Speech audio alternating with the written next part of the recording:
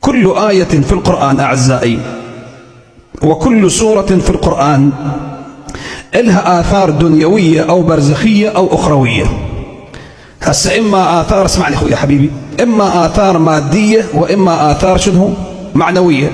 يعني أكو آيات وأكو سور في القرآن تفيد الأرزاق، مثل سورة القدر إنا أنزلناه في ليلة القدر، هذه سبحان الله تفيد الأرزاق بشكل عجيب. عندنا سورة في القرآن أو آيات في القرآن تفيد الذاكرة. أكو بعض الناس ترى ما يحفظ شيء، يسمع منا يخر منا، يعني ما بلخص البعض ما عنده ذاكرة قوية. سورة الحشر، لو أنزلنا هذا القرآن على جبل لرأيته خاشعا متصدعا من خشية الله. عندنا سورة في القرآن مولانا تفيد الهدوء في البيت، السكون في البيت. بعض الأوقات بعض البيوت ما بها سكون، ما بها هدوء، الجنة والعمة هذا ما شاء الله قاب نار، الخوان بيناتهم، الأخت وأخوها، الأب والأولاد، واحد ما يحمل الثاني، واحد ما يطيق الثاني بالبيت، أخو يصير مشاكل بالبيت. سورة النور تقراها يوميا مرة بالبيت، سورة النور هاي مؤثرة في هدوء البيت بشكل عجيب إخواني.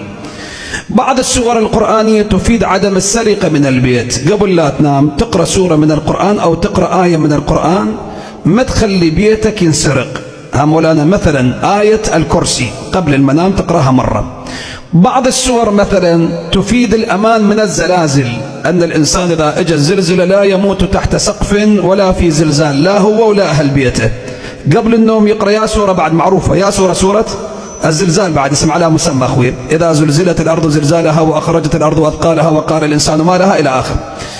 أكو بعض السور تفيد مولانا الأمان من لدغة حية أو ثعبان أو نهشة كلب أجلكم الله، مثل سورة الرحمن.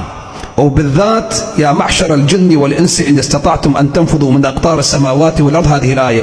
أنا أتخطر في اليوم، أنا كنت مدعو في إحدى الدول، وللأسف هذا الرجل أبو الختم هذا كان من النواصب عجيب، ومن شافني أنا ملبس ولابس عمامتي وكذا هذه، فتقول ما أدري انفعل بشكل مو طبيعي. فهذا ما أنطاني الفيزا مالتي، ما أنطاني ولا ختم، خذ الجواز وقال لي استريح.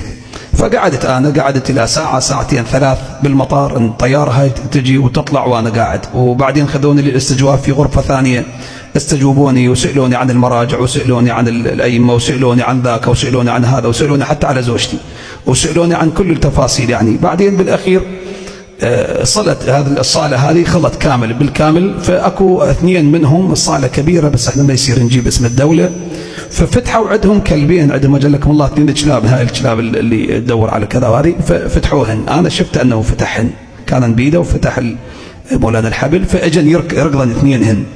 زين هذا اخو حيوان، انت قاعد تتفاهم يا اخو ما يتفاهم. زين تقول له شيء، زين شو اسوي له هذا تشلب بالعبايه لو تشلب بالجبه بعد شيء يفك هذا. فانا عندي جنطه خليتها قدام بيني وبين الكلاب اجلكم الله، وذكرت حديث الامام الصادق عليه السلام، مسافه انه يركضن، أنه عند هجوم كلب أو حيوان مفترس بشكل عام تقرأ هذه الآية من سورة الرحمن: يا معشر الجن والإنس إن استطعتم أن تنفذوا من أقطار السماوات والأرض فانفذوا لا تنفذون إلا بسلطان. فهن من شفتهم يفتحون الكلاب أجلكم، وأنا قرأت الآية بسرعة فنفقت عليهن. هن اجن وصلا اثنين شهد الله وعلم، وصلا أثنن اليدين وقعدا يم الجنطة وقعدا يم رجلي، قعدا وسكتن ما تحركن. اللهم صل على محمد وآل محمد.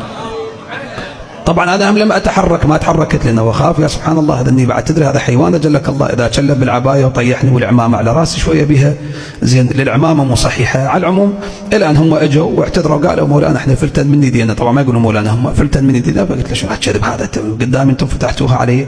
زين الشاهد أنه اللي أريد أقوله أنه بعض السور تفيد هذه المواقف. كل سورة في القرآن لها أثر، كل آية في القرآن لها آثار، إما آثار دنيوية وإما آثار برزخية بالقبر وإما آثار أخروية، إما أن تكون آثار مادية وإما أن تكون آثار شنو معنوية. مو أنه إلا أن يكون ماديا، لا، يمكن أن تكون معنى مثل هذه. زين.